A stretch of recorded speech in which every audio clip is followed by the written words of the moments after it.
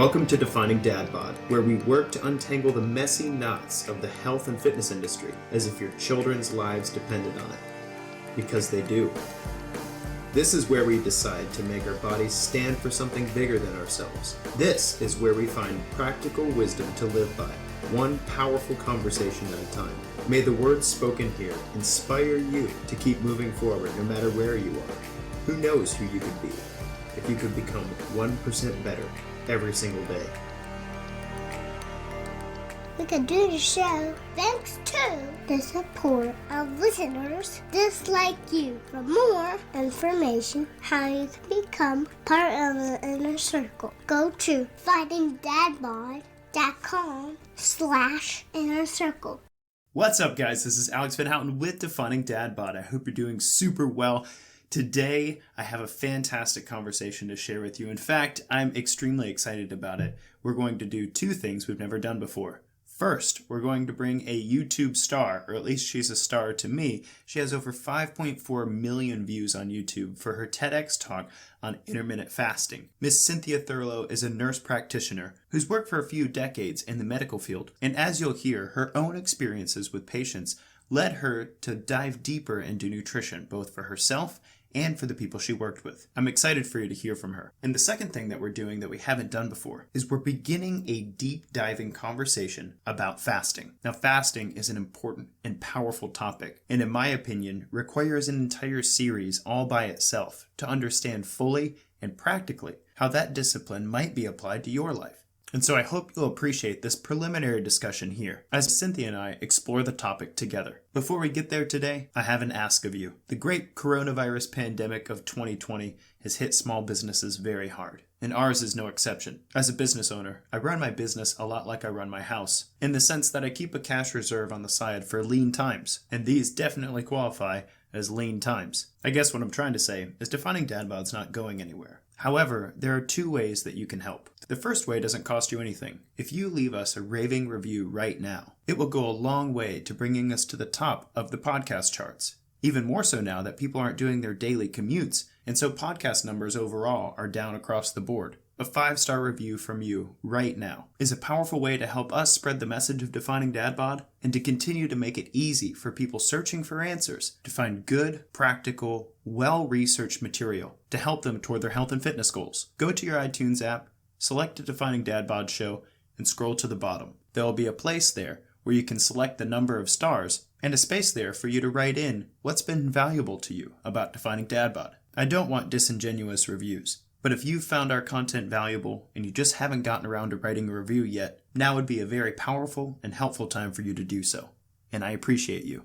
My second ask is this. As a listener-supported show, the costs associated with our social media content, our web content, and our podcast content is paid for by the generous pledges of listeners just like you. The cost of things like the Zoom platform for recording interviews like the one you're about to hear, or the web hosting for our site, or our podcast content, or the software and time that goes into editing this content. None of this is free, and we only continue thanks to the support of listeners just like you. So I know times are lean, but if you are able, and again, haven't gotten around to it yet, we would appreciate your support. There's a link in the show notes below for one-time donations, and there's also a link to monthly pledges via our Patreon. If you found what we're doing valuable here, and you want to keep the free content alive and accessible to people, including yourself, I hope you'll follow one of those links and raise your hand in support of helping us to build stronger families and communities through exercise, nutrition, and lifestyle change. I don't plan to stop doing what I'm doing, but I can't do this alone. And given what we know about the preventability of some of the pre-existing conditions that are resulting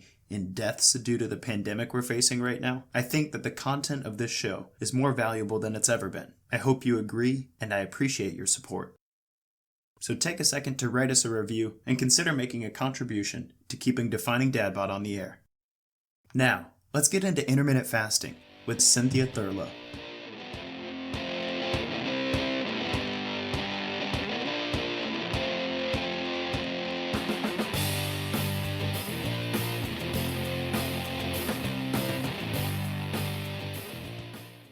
What's up, guys? This is Alex Van Houten with Defining Dad Bod. I hope you're doing super well. I am very excited to have a great conversation with our guest, Cynthia Thurlow. She's a nurse practitioner, sought-after TEDx speaker. She has 2 TEDx's. By the way, you just rock those, like over 5.4 million views. You're kind of a celebrity in my world. And then you are also the host of the Everyday Wellness podcast, and you have an ebook out in the world that I have the link in the description here, co-authored, called Primal Eating. Cynthia, welcome to Defining Dad Bod. How are you today?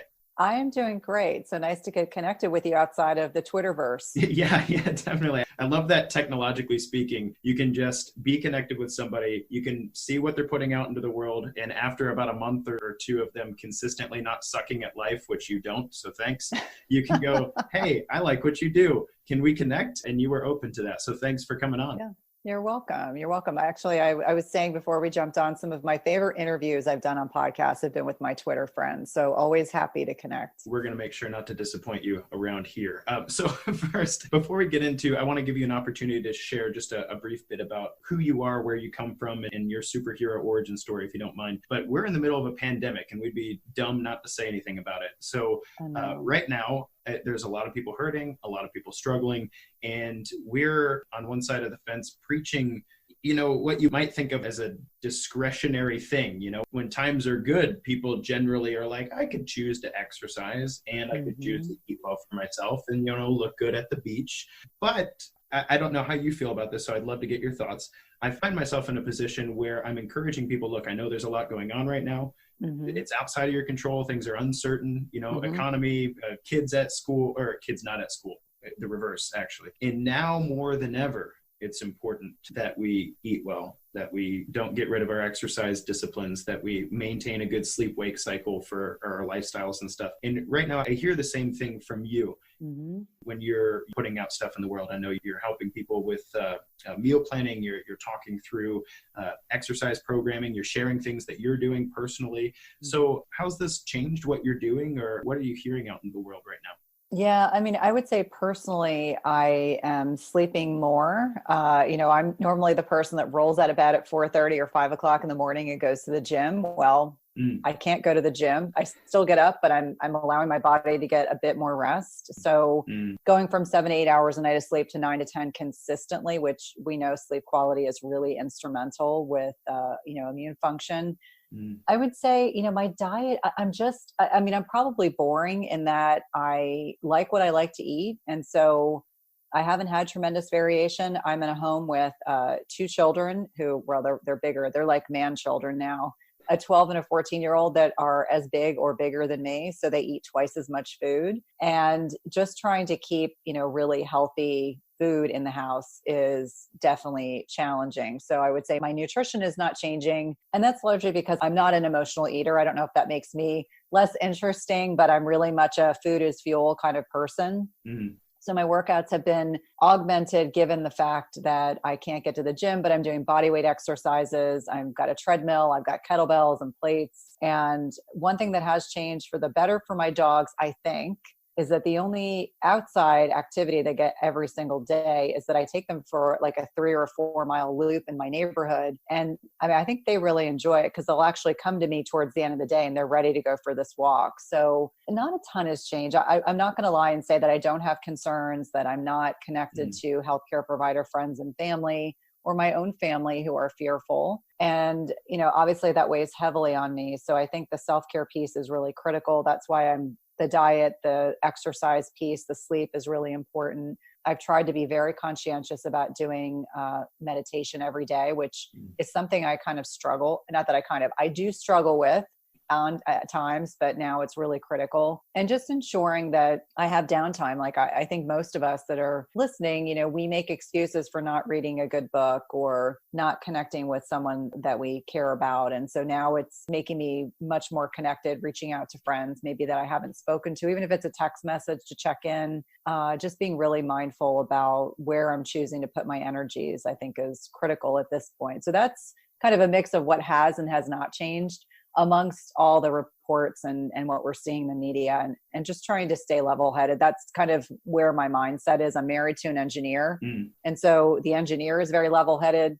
And every once in a while I will say to him, I think it's time we need to do X, Y, Z. And so we jump to it and make a couple changes. But overall, I mean, minus the fact my kids are cooped up, we're trying to live as normally as possible. I think that's really critical with kids. My kids are obviously old enough to understand a lot of what's going on, and, trying to maintain for them as much normalcy as possible. It's funny you described that dynamic. I went to school for engineering before working in the health and fitness world, and my wife is a dietitian. And so what's funny is you described the level-headedness. I joke, like, she's more neurotic than I am in a good way. It's a really important evolutionary trait, especially for moms with babies. But yes, I'm like, okay, we're going to run this play until you say, hey, we should probably do something a little bit differently here. And then, we kind of bebop in that respect. I'm glad we've got a similar dynamic in the homes, because I'm like, she would say something along the lines of like, is it normal to just be completely chill during this time? Because my husband's weird that way. And it sounds like you guys have a similar thing going on. Well, and I think, after being in healthcare for 20 years, I've come to realize, like, if I'm calm, then my kids will be calm. If I freak out, they're going to freak out. And so this will be a time that they will always remember. And so I try to be very cognizant of that, how I choose my words. A couple nights ago, my youngest spiked a fever and had a productive cough and nasal congestion, which made me think it was probably a non-COVID related infection. And I was correct. But, he immediately started to get anxious. And I said, listen, if you've got it, you got it. That's all I'm going to say. If you got it, you got it. We're just going to we'll just let things roll. And that I'll know what we'll have to do, but let's not worry about that. And so we addressed it, and if I'm calm, he's calm. And so that's always my mindset. Like, right when I would run codes in a team environment, if I was calm, the team was calm. And so I think that's really critical. And I love that you and your wife have that dynamic too. Well, and that's so powerful too, speaking in terms of the nutrition and exercise thing. I think one of the things that our kids get to see from us who are trying to maintain a level of stability, foundational certainty in the home and stuff. If you can't go to the gym, fine. You can't get up at 4 a.m. and go to the gym, fine, whatever. But if our kids see us going for our run, doing our exercise, we haven't like gone full blown saltines and spam at this point, we're maintaining a level of normalcy with regard to our nutrition and stuff. Then that foundational level of investing in your own personal self-care can actually be a part of that certainty that you get to feed off to your community. So I just want to say hats off to you. I've seen that knuckle bump across the way here. I've seen that as much as you can see it feeding off of you. So keep up the good work. I appreciate it. Thank you. So I wanted to give you an opportunity to share your superhero origin story before we got into fasting, it's a huge topic. I wish I had 8 hours to talk to you about it. I don't know if we could handle each other for that long, but we don't know each other well enough yet. But that being said, we have a lot to talk about there, but I want people to get an understanding of where you came from, because you weren't always the 5.4 million view TEDx speaker that you are now. And you weren't always a proponent of intermittent fasting yourself either. So I would love to hear how you got to this point, and then we could talk about fasting. Yeah. So I think it's important to give context. And so I, worked in the healthcare industry for over 20 years, first as an ER nurse in Baltimore. And then I kind of transitioned to becoming a nurse practitioner and worked in cardiology for 16 years. And I still love being a nurse and a nurse practitioner. It's the backbone and it's the mission of my work that I do continuously. But I grew very tired of writing prescriptions. And unfortunately, Western medicine has largely become very reactionary, meaning we're not thinking preventatively. We're waiting until someone gets a symptom and then we treat the symptom instead of looking for the root cause. And so I started to really feel at odds with that perspective. And I want to be very clear. I have colleagues, friends, family members that are on the front lines right now. There is a place for Western medicine. I'm really specifically talking to chronic and prevention that I don't think we do as good of a job with. And I was growing increasingly disillusioned with just writing prescriptions and feeling like there was more I could offer. There was more I could do than just write scripts and order stress tests and caths and things like that.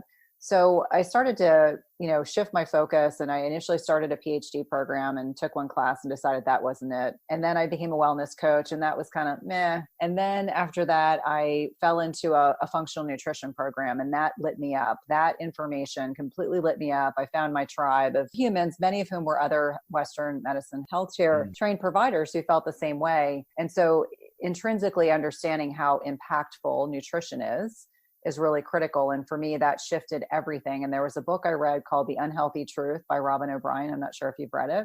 It's a good book. It was a book that changed my life. And so from there, I just decided, I woke up one day, honest to goodness, I woke up one day and put my feet on the floor and said, I'm done. And my husband was stunned, and the practice tried to do everything they could to convince me to stay, and they were wonderful. And then I had this entrepreneurial journey. And so over the last 4 years, I really kind of ironed down for me what I was most passionate about, who I was meant to work with. And part of that became group programs and one-on-one programs. And that kind of evolved. And I believe in setting up big, scary goals for yourself. And so for me, as an introvert, which surprises everyone, a big, scary goal was doing a TED Talk. I thought that would be an incredible opportunity to be able to showcase the fact that I do love public speaking and to be able to share my message with a larger group of people.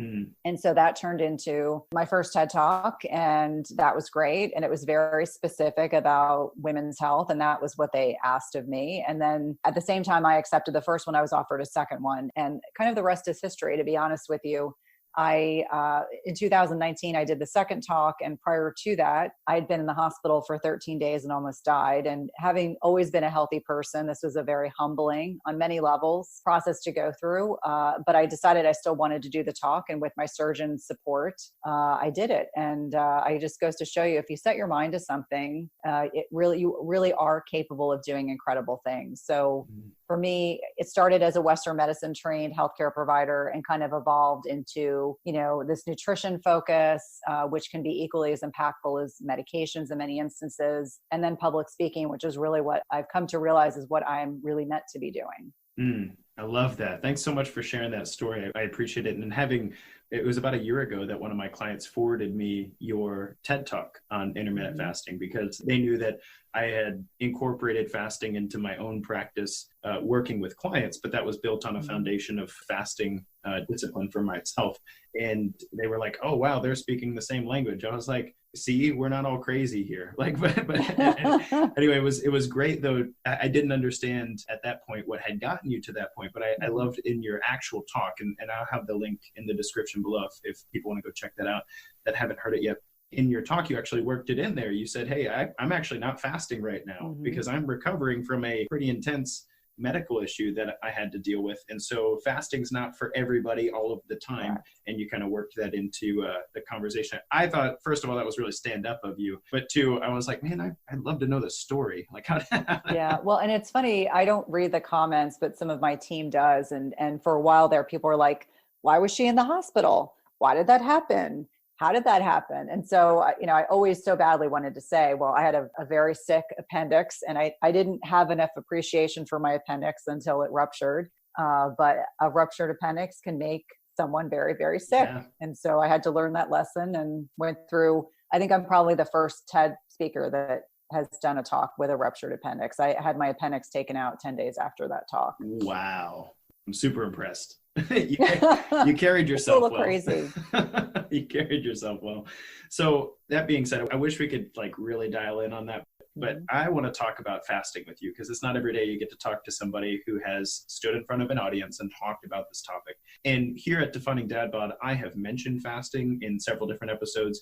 I have currently in production a series on fasting that I want to put out in the world to make people understand it better and explore that with our listeners. But this is really the first deep conversation I get to have with somebody who really knows what they're talking about with regard to fasting and practice, especially from a medical perspective, or at least a previously medical perspective. So that being said, let's talk fasting. The buzzword in the world right now is intermittent fasting. And I think it's important to define what that actually means before we have a conversation about fasting as a whole. So in the world of intermittent fasting, how would you define that? If somebody just walked into your practice and said, what the heck's intermittent fasting? Like, you had a TED talk about it. We didn't really get into too many details there, but what is that? So what would you say intermittent fasting is?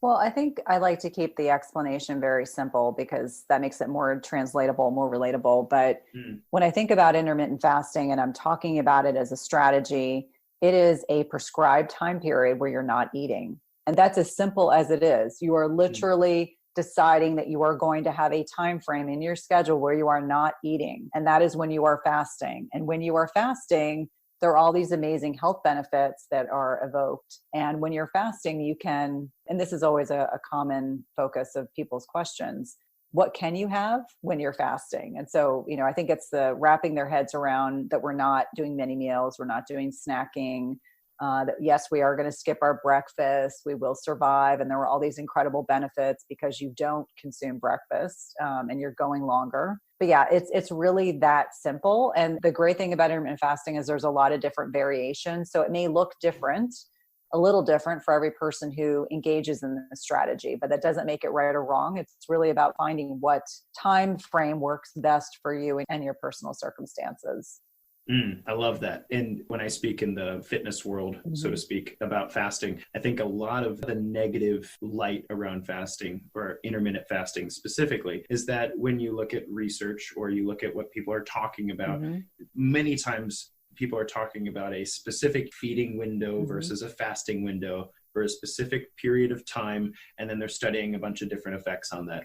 For instance, I've been on Twitter or Facebook or Instagram, or even in a podcast, I will say the 16-8 fasting to eating window in conditioned males for 8 weeks would burn more fat. They lose more fat over that period of time. However, their free testosterone is lower at the end of that time period. And so people would say, Alex is against fasting. It's like, whoa, hold up a second, because the definition intermittent fasting means that there's a very large swath of ways that people can incorporate fasting into their own dietary practice. And so that being said, I appreciate that definition. I think it's important and simple for people. If you don't mind, I'm going to repeat it. It's a prescribed period of time that you are not eating. Very simply. And so Cynthia and I, well, I'll let you speak for yourself, but we're not telling you that out of all the benefits we're about to talk about here, that you need to skip breakfast every day, forever and ever, and that would be best for you. And then all of your worries and troubles will go away. So thanks for that. I appreciate that definition. You're welcome. But I also think that unfortunately people have different filters. And even though, as you described with that, 8-week trial of the 16-8, and there are so many factors that can impact testosterone production that's my first thing is, well, it may not have been the intermittent fasting. It could have been that they're eating a bunch of like processed soy, or, maybe they don't exercise, or, it could be so many different factors. But I think one of the things that I recognize that individuals, and it's not unique to one gender over the other, we personalize information. And sometimes instead of being rational about it, we personalize it, and we automatically, before we think, we speak.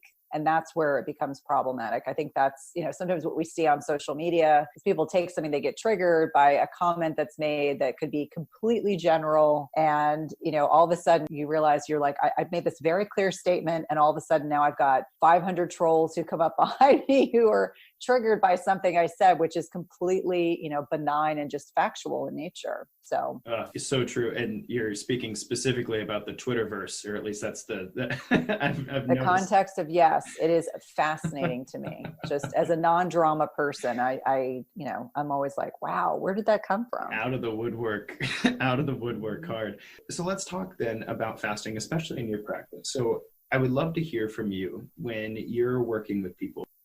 How do you draw the line between fasting is a good idea to try for you and fasting is probably not indicated, or at least not in this moment? Perhaps we need some more information. Perhaps we might need to use a different strategy. Where do you draw that line for yourself so that as we're talking through this, listeners can kind of categorize themselves? Yeah, I mean, that's a great question. The number one reason in my clinical practice why I will discourage someone from continuing or attempting to do intermittent fasting is because of blood sugar issues. So in an oversimplification, we can use, carbs as a primary fuel source or fat. If we are using carbs as a primary fuel source, oftentimes we also have some degree of blood sugar dysregulation, which is what contributes to the hangry and the energy slumps and the inability to lose weight, et cetera. And so more often than not, because we've been so conditioned by conventional dogma that we need to be eating mini meals and snacking and all this other crap and garbage, that because of that, people have created this, inhospitable environment in their bodies where, they can't go long periods without eating. And they have energy slumps, and, they're struggling to lose weight, and their cognition is just not nearly as clear as it should be. So that's the number one reason. If someone has blood sugar imbalances, or I believe that they are primarily a carbohydrate burner, that's their primary fuel source, that's the number one reason. And there are a lot of what I believe to be categorical contraindications to intermittent fasting, but that's what I would describe as something that applies to a lot of people. And so there's ways to work around that. I always say we've got to make sure we balance your blood sugar first and your meals properly with proper macros. And then from there, we reevaluate things. Very well said. And in my practice, I know that you, in your work, I imagine you recommend exercise, but you're not a trainer by trade, right? Nope. So in my practice, I come at it from the other side of the fence. And I would say that for many of the people that I've worked with, I don't recommend fasting until they're about 3 months, maybe even 6 months into their program, because there's a level of conditioning that is oxygenation required for you to be able to burn fat well as a fuel source. And then once we're in that state, we can start applying things like a 18-hour fast or 24-hour fast or even longer, especially if somebody's open to that for health reasons and body composition reasons. But anyway, that being said, it sounds like you and I are kind of in a similar headspace. Yes. If I can burn fat as a fuel source, which, like you said, it's a gross oversimplification, but there's a lot of things that have to happen for you to be able to do that, dietarily speaking and physical conditioning speaking. If you can do that, then it's a great strategy to ease into. Now, a brief note before we get into the fasting practice itself, I would also say you were really clear about this in your TED Talk. Adolescents and children, probably not so hot for them. Why is that? Well, they're still growing. I mean, I think a large, and I have a teenager and a tweenager. So I have kids that are 12 and 14. They're still growing. There is no reason in the world that we need to be tapping into fat stores. I would rather, if someone has an obese young person in their life and they're concerned, I'd rather them go low carb. I mean, that to me is doable even if you're a kid, but intermittent fasting is not a strategy. And I talk openly with my kids because they ask me all the time, like, can I do that? And I'm like, no, you're growing. I said, I am done growing. I hope, I hope I'm done growing. Your dad is done growing. So if we do it, it's completely different. And if you were 22 years old and wanted to, I'd say, sure, absolutely. But you're 12 and 14 and your body is still growing and needs as much, macronutrients as possible. So. Absolutely. Thank you so much for saying that. I tell people, they'll say breakfast is the most important meal of the day. And you actually start your TED Talk. It's like a slap in the face. You actually start it with, you've heard this, you're wrong. But that being said, for children, it might be true. Right. Like that statement might be fantastic. I don't know if we need to label that, but fine, that could be true for kids. But as adults, your metabolic process is very different from bones that are growing and muscles that are growing and hormones that are growing. You're at your full stature. Now it's a different ball game. Your body's not trying to add to the system, so to speak. What would you have to say about that? No, I mean, I agree with you. And I think that, unfortunately, fortunately/unfortunately, there's growing awareness of fasting as a strategy that people can use. But I always remind people it all starts with food. Like, we can add in the intermittent fasting, but if you're still having a garbage diet, it's not necessarily going to do a whole lot. But that's why with children, I always say, even with kids, it all starts with food. So their food choices they're making, if they're struggling, if they're overweight or obese or pre-diabetic, God forbid, or have any, chronic health issues, I really want them to be eating, high quality meals. And that always starts with protein and healthy fats. And even with my own children, days that they're swimming or doing football or CrossFit, we adjust their food based on their activity levels. And unfortunately, if you start your day with carbs, and especially the wrong kinds of carbs, you're setting yourself up for this dysregulation of your blood sugar. So if you have protein and healthy fats, you're going to stabilize your blood sugar. I don't love carbs as a first meal of a day for anyone, even if you don't practice intermittent fasting. I just think it's just not starting yourself with the right building blocks. And you're starting your day with something that is going to spike your insulin, drop your blood sugar, and 2 hours later, you're going to be hungry. And it's ironic to me that for so many years, I was one of those people that went to work with like multiple containers of food, and, I'd be eating in between, if I was in the clinic, I would be able to eat in between patients as I was dictating. I think about it now and I'm like, oh my gosh, like what a hassle, like so much easier to just have 2 meals a day, one less thing to worry about. You're not packing snacks, so much easier. And that's another aspect to this, is just the ease of use. Like, intermittent fasting should be something that makes your life easier, not harder. Absolutely. Oh, I want to say one more thing about the kids, and then let's hang on that. A lot of people don't know this, But one of the reasons our children have a different eating regimen, not just that they're growing, Mm-hmm. is that their glycogen stores are very, very low, which means, they don't have a big body. They don't have all the muscles. Even your man children in your house don't have the glycogen stores they're going to have someday. Yep. And especially not my 1-year-old and 4-year-old, like they're going Nope. to snack on graham crackers and random stuff. Mm-hmm. That's going to happen as they're active and whatnot. But for many parents, the hard part for them is to realize my nutrition, like the quality of my food, yes, across the board is important for both my children and me, but my nutrition needs are not the same as my children's nutrition needs. And just because my kid might have scrambled eggs and oatmeal for breakfast doesn't mean that I need to be like, I don't really feel like eggs, but I'm going to make myself a bowl of oatmeal real quick. It's different. It's a very different need. And just because they're eating doesn't necessarily mean that that's what you need right now. Would you add to that? No, I think that's an excellent explanation and why children, I always say that, the stage of life that my kids are at, they have 2 dinners and 2 lunches. And it's not that they're not eating a proper amount of food. It's that their metabolisms are so fast, much faster than ours because we're grown.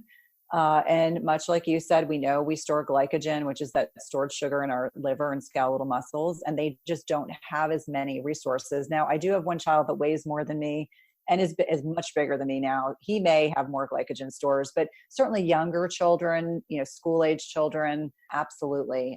And so that's why their caloric needs are different, their macro needs are different, and why they need to eat with a greater frequency, which is again why they do not need to be intermittent fasting. I just think it's a poor strategy. I actually had a couple people reach out to me on Twitter recently telling me that their teenagers were doing intermittent fasting. And I just said, I wouldn't recommend that. But if you have a healthcare provider that's supportive of that, I would discuss it with them. And of course, it wasn't they were doing it. They were kind of going rogue. I would say they went rogue. They did their own thing. I said, I'd rather that your child go low carb if they've got, weight issues and kind of dial in on their choices. And that's oftentimes more beneficial at that age. So let's talk fasting in and of itself, and just a little history of myself. I don't want to spend a lot of time on my story here, but I was first introduced to fasting as a spiritual discipline. I don't know if you're familiar with Richard Foster. He wrote an awesome book in 1978 called The Celebration of Discipline, and I read it at age 18. And I was like, wow, this is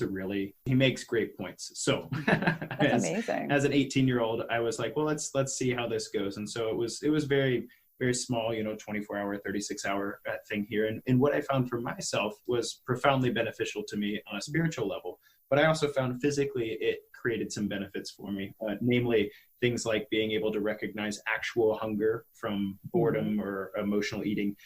Also, I found that from an exercise perspective, when I started eating again, that my exercise, my workouts, performance-wise, were much more intense, and I didn't seem to have such a hard time growing and building lean muscle tissue during hypertrophy phases and whatnot. And so for me, it was an extremely important and profound experience for me. I'm curious for you, what was your first experience with fasting? Because, outside of I'm hungry, there's a few other things that happen in there. Yeah. So actually, my first experience was about 4 years ago. In the space of 1 week, my trainer, a colleague, and my business coach happened to mention it to me. And then being the typical doubter that I am, I was like, to do a lot of reading, bought a book. I bought Jason Fung's book, did a lot of reading, started to do it. And I always say that I believe most people come to intermittent fasting because they want to lose weight. What they stay for are all the other benefits. And for me, the mental clarity was profound. And I'm a morning person anyway. So it's like, if I can be more productive in the morning, if I can make my day more productive, that's fantastic. So initially I came to it just out of curiosity, but what kept me interested in it was, the brain health stuff. I'm in my 40s. And so I'm all about, anti-aging, biohacking. I find all of that fascinating. Those are the kinds of topics I tend to gravitate towards. And so I think it's a really valuable tool. And the other aspect of it that I found really interesting was just the amount of digestive rest you get. It's like, wow, I can fully recognize intrinsic hunger. I was never a comfort eater anyway, but still. And then just feeling like when I was ready for that next meal, my stomach and my digestion felt very ready to take on more food, as opposed to, and I'm sure everyone's probably been guilty of this, you roll out of bed, you're like, okay, it's breakfast time, I eat breakfast. I'm not super hungry. But then lunchtime rolls around. So I'm going to eat because it's lunchtime, but I'm not super hungry. Same thing with dinner. And it's like you just begin this cycle of eating when you're not truly intrinsically hungry, and then wondering why you're gaining weight and why you don't have great energy and wondering why your sleep is terrible. So for me, it was a couple people that were just close to me in my life who introduced me to it. And then I was down the rabbit hole. Yeah, I love that. You mentioned Jason Fung. He's, in my opinion, he's one of the people who have really made this thing mainstream from a health and fitness perspective, but he addresses the obesity issue by talking specifically about things that we see in even modern pop culture. So we remember the show The Biggest Loser, right? And people lose like 100 pounds.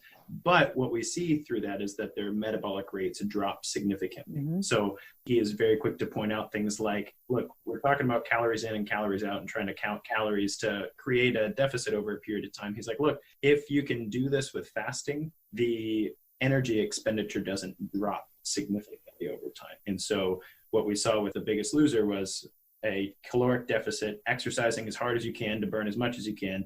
Your body responds by saying, hey, that's stupid, I'm going to drop your metabolism. But then when we see similar timeframes of people losing similar amounts of weight using fasting as opposed to just a normal everyday caloric deficit and over-exercising, that the energy expenditure of this equation doesn't drop so much. In other words, your metabolism doesn't slow down for the long term as a result. And so I think it's really powerful having gone through that for yourself. How do you feel and how do your patients feel when you've done this for, let's say, 3 to 6 months? Maybe they add in a couple days a week or maybe a couple days a month of this fasting practice. How are people feeling? And is your experience bearing out the research there?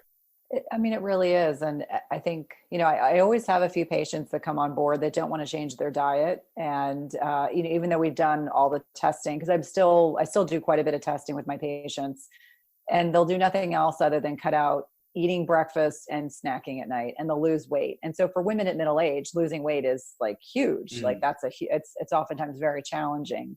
So I would say that overall people are very happy with it. They love the flexibility. They enjoy the fact that they feel in control of something. It's not another pill. They're not buying a powder. I call it pills, potions, and powders, but there's so much that's hawked in the wellness industry. It makes me bananas. And they just feel like they have control. And so for them, that's very validating and really lovely and wonderful for them to do. So I love that. And so when you're talking about fasting, I've encountered this for myself with people. I don't even bring like somebody could work with me for a period of time and I won't even bring it up for maybe 3 to 6 months into their program unless they're asking questions about fasting specifically right out the gate. When you're talking about fasting, have you encountered the fear of being hungry, and how are you working with people to overcome that? I've had that experience, like, wow, I'm really scared about this. Actually, I know I have this fast coming up and like, I'm kind of freaking out. How do I deal with that?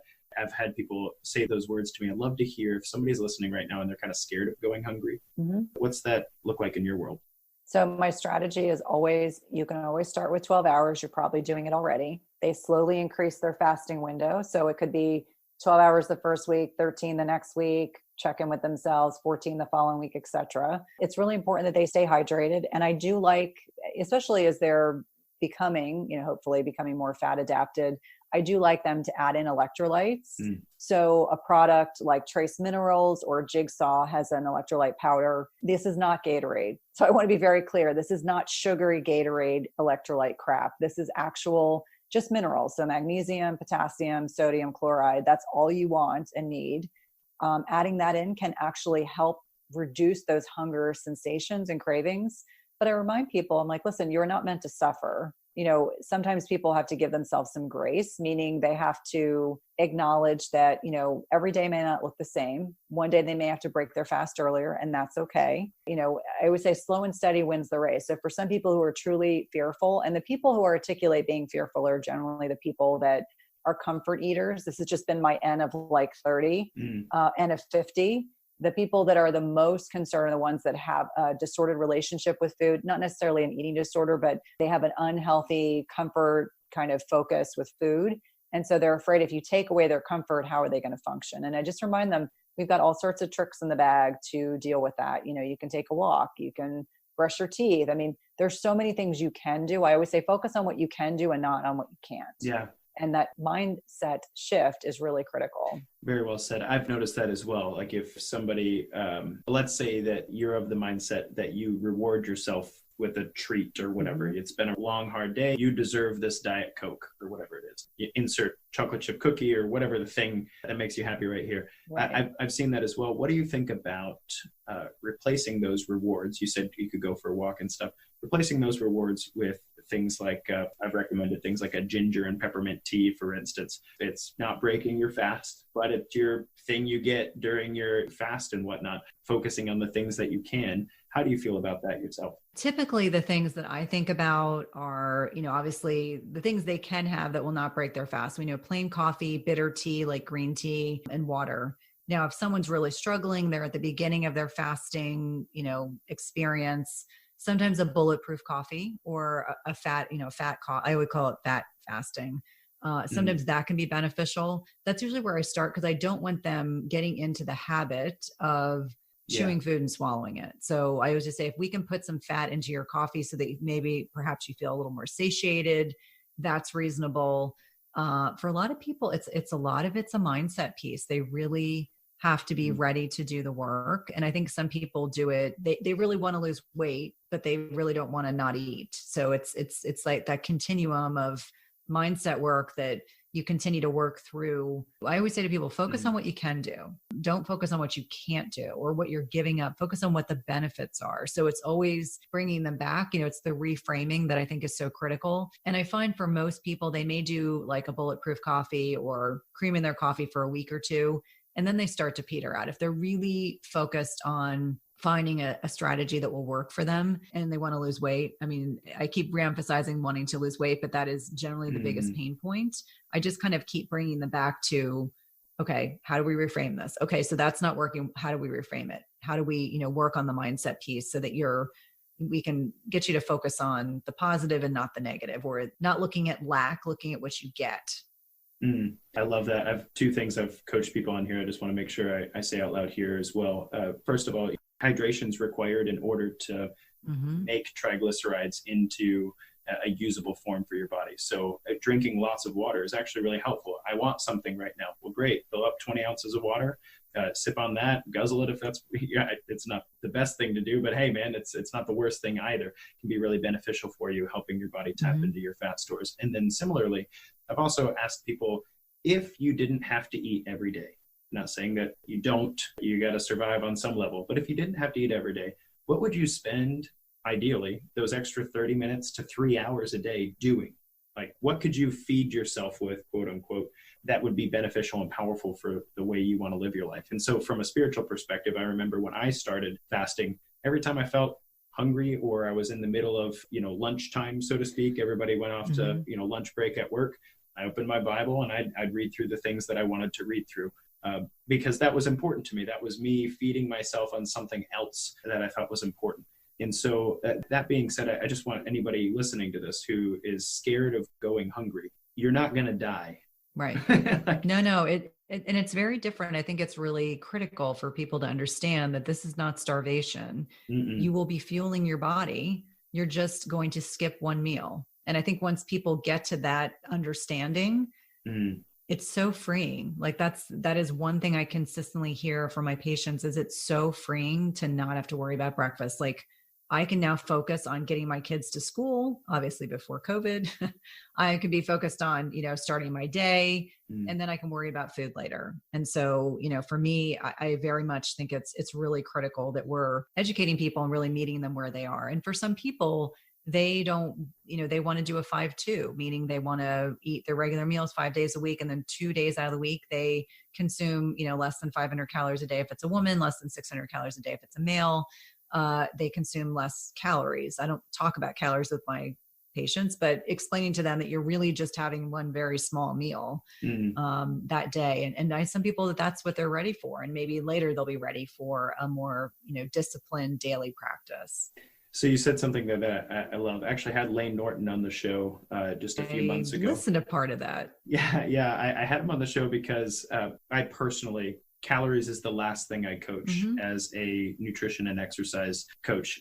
There's a number of reasons for that. I've got 90 hours of content for people to go listen to if they care to hear why, but I had him on the show and I was really interested. At the very end, I said, why do you do what you do? What's the last thing you want people to hear from you? And he said, I want to take the fear out of food. In other words, if I can moderate all of the things calories wise and it fits my little profile, then people can stop being scared of their Coke and their Pop-Tarts or whatever. And what was interesting to me is I think similarly. I want to take the fear out of food. However, I believe that part of taking the fear out of food is to help people not feel like a slave to their food. Like if I don't have that Pop-Tart, I'm not going to make it. Or if I can't reward myself with that brownie, or if I can't have that cheat meal, quote unquote, then I'm not going to make it. It needs to fit my calories. What are your thoughts on that? Because I think for myself and for many of the clients that I've worked with, the fasting practice has removed many of the fears that people have about food, just in a very different way. What are your thoughts? Right. No, and I think that's a really good distinction. You know, when I think about a lot of the work I do is about educating, inspiring, empowering people. If anyone has fear about not being able to find a fun food, I have a saying called good, better, best.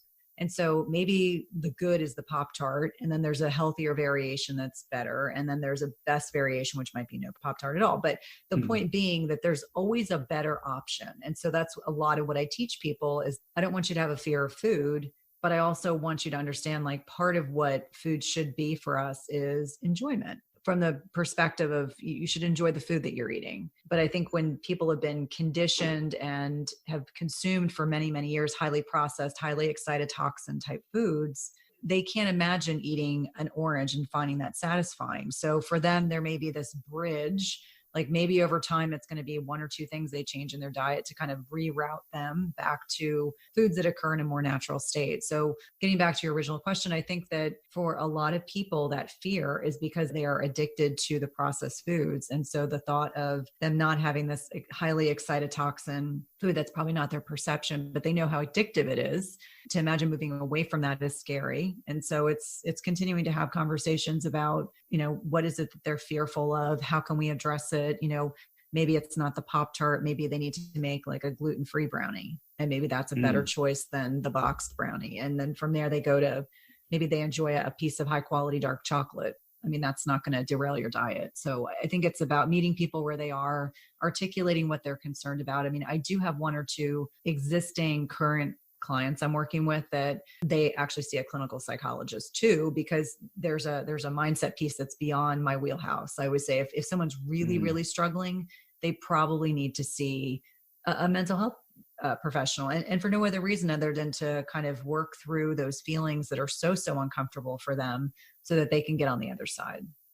Very well said. And if you're listening and perhaps you had an interesting childhood experience around food, or perhaps you've struggled with disordered eating in the past, things like anorexia, bulimia, then that's, or at least I don't want to put words in your mouth, but that's something that I've heard and worked with other people, that fasting can be a really helpful tool, unless you've also got some baggage around not eating. And baggage or not, it would be helpful to work through that. Not saying you couldn't, you know, from a moral effort, try to do that on your own, but it will take much longer than working with a professional who has experience in helping you dig into that a little bit. So I feel like we've run the gambit here. There are two things I wanted to make sure we got to talk about. We have precisely 3.5 minutes before you have to jet. So that said, I wanted to make sure we used the word at least once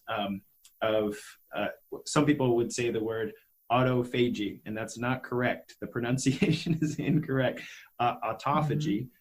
What is that? Because you'll see that if you Google fasting, you'll see that pop up inevitably. This is one of the perceived benefits and studied benefits of fasting. What does that mean? And what does that mean to you in working with people? I think it's one of the key benefits, and it's a big word, but has a really cool, once I explain it in layman's terms, it's spring cleaning of the cells. So it's your body's way of getting rid of diseased and disordered cells. It is only evoked when you're fasting. So the longer you fast, the more autophagy. One question I always get is, how long do you have to fast before you really tap into the benefits? There's not a lot of consensus on this, because I read some things that say 16 to 18, you're there. I read others that say the longer, the better. Well, not everyone can fast 3 or 4 days. And certainly with the COVID situation, I'm not suggesting anyone do prolonged fasts. I think that's really critical. It can be helpful for less than 24 hours right now. I think that's reasonable and feasible. for many of us, if you decide to. If you want to do a 16-hour fast, that's also beneficial. But 16 hours is where most of the research that I looked at was identifying that's where you will start really tipping into it. And the longer you go, the more autophagy. But it's really key for people to understand, if you eat, it turns it off. There's another process that works in tandem with this. So eating will stop autophagy. When you're fasting, it evokes autophagy, but it's a spring cleaning of the cells. And I think especially when we're in flu season, and especially in this unusual pandemic situation that we're in, I'm fasting for at least an hour, if not two, a little more every day. I don't go more than 24 hours. Since I lost 15 pounds last year, I have not done more than a 24-hour fast, nor do I have a desire to do that. But an hour longer of fasting a day won't hurt anyone. And I think it's completely reasonable. And if you think back to, like, for example, when we're sick, most of us lose, the term anorexia, which is different from anorexia nervosa, we will lose our appetite because our body is trying to focus on cleaning up the yuck that we have in our bodies, whatever has invaded our bodies, permeated our sinuses, etc. So I always remind people it's a very sophisticated / not sophisticated system for cleaning up things in our bodies we don't need. Very well said. And if people want to hear more about that, Dr. David Sinclair does a fantastic amount of work on that. He's the guy who's trying to reverse aging. He says it's an engineering problem. It's a powerful body of literature, but he's talking through the activation of the mTOR gene and how our bodies are able to do that when we are unfed or fasted, as we would say. So I'll include some links to that sort of thing if people are interested here. But the last thing I wanted to make sure we got to say was, if you're balancing eating and exercise, things like the gain train, I'm trying to grow strength, I'm trying to improve my performance in the long run, I'm trying to grow muscle. There is a lot of caveats around fasting, and I hope to explore that in my series coming up. But that being said, do you have any rules of thumb that you would share with people? Because I know that you work with people, especially females, who are not going to give up their exercise program in the middle of trying to fit fasting into their dietary regimen. So do you have any quick and dirty tips for that? Well, I mean, I think at the stage of life that most of my people, my team are on, it's really focused on strength training over chronic cardio. I just call it chronic cardio because it's this mindset. People think they need to run a marathon every day, and that's so far from the truth. I think it's quality of exercise. I think that, I'm a huge proponent of strength training and core work. So solid core, doing bar, doing restorative yoga, making sure that you're servicing your body beyond just lifting heavy things. And right now, probably not a lot of us are lifting heavy things. We're doing a lot of body weight exercise, which is a whole new world for me. But as it pertains to fasting, if people are trying to gain muscle, this is where there's a little bit of experimentation. You have to be able to get your macros in during your feeding window. So I actually interviewed earlier today a gentleman who's done all sorts of, I'll have to introduce you guys.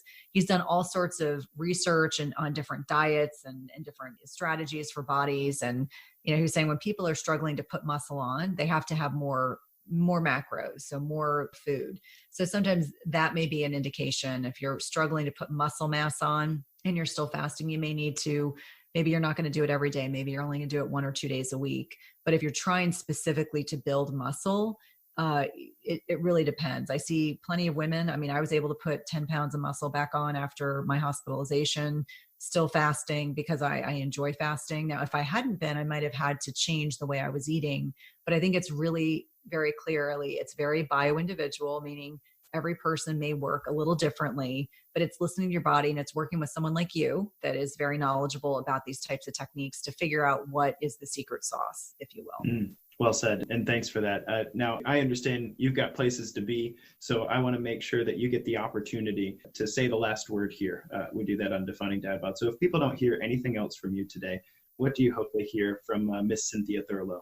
Oh, well, thank you. I think the biggest thing is we need to be looking for strategies that can improve not only, we talk a lot about fat loss and those kinds of things, but things that have profound anti-aging benefits. And so really sticking with considering intermittent fasting, biohacking with sleep quality, really ensuring that we are tapping into the parasympathetic, so the rest and repose side of our brains, to really maximize our gains beyond just the physicality. There's this emotional, spiritual component that is so critical and not often discussed. I love that you touched on this as well.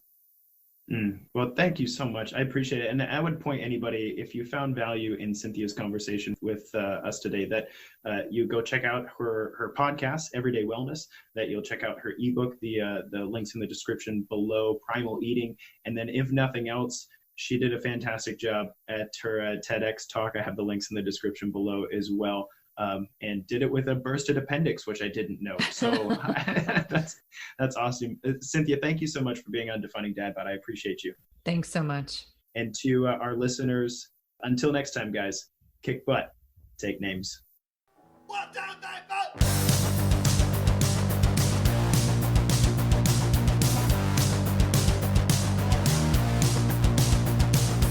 The free practical advice and conversations here remain unbought and unbiased, thanks to the support of listeners just like you. If this episode's been helpful to you, please share it with somebody in your life who you know it will benefit.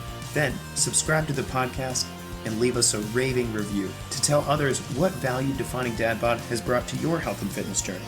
And finally, if you want more Defining Dad Bod, consider joining our online community. We send a lot of free perks and resources your way, and I, Coach Alex, go live every month to talk through our listeners' health and fitness questions to make the practical science of this show applicable to everyday life. Everyone's welcome, and we'd love to have you. For more information about joining the Inner Circle or becoming a supporter of the Defining Dad Bod podcast, go to definingdadbod.com/inner circle. That's definingdadbod.com/inner circle.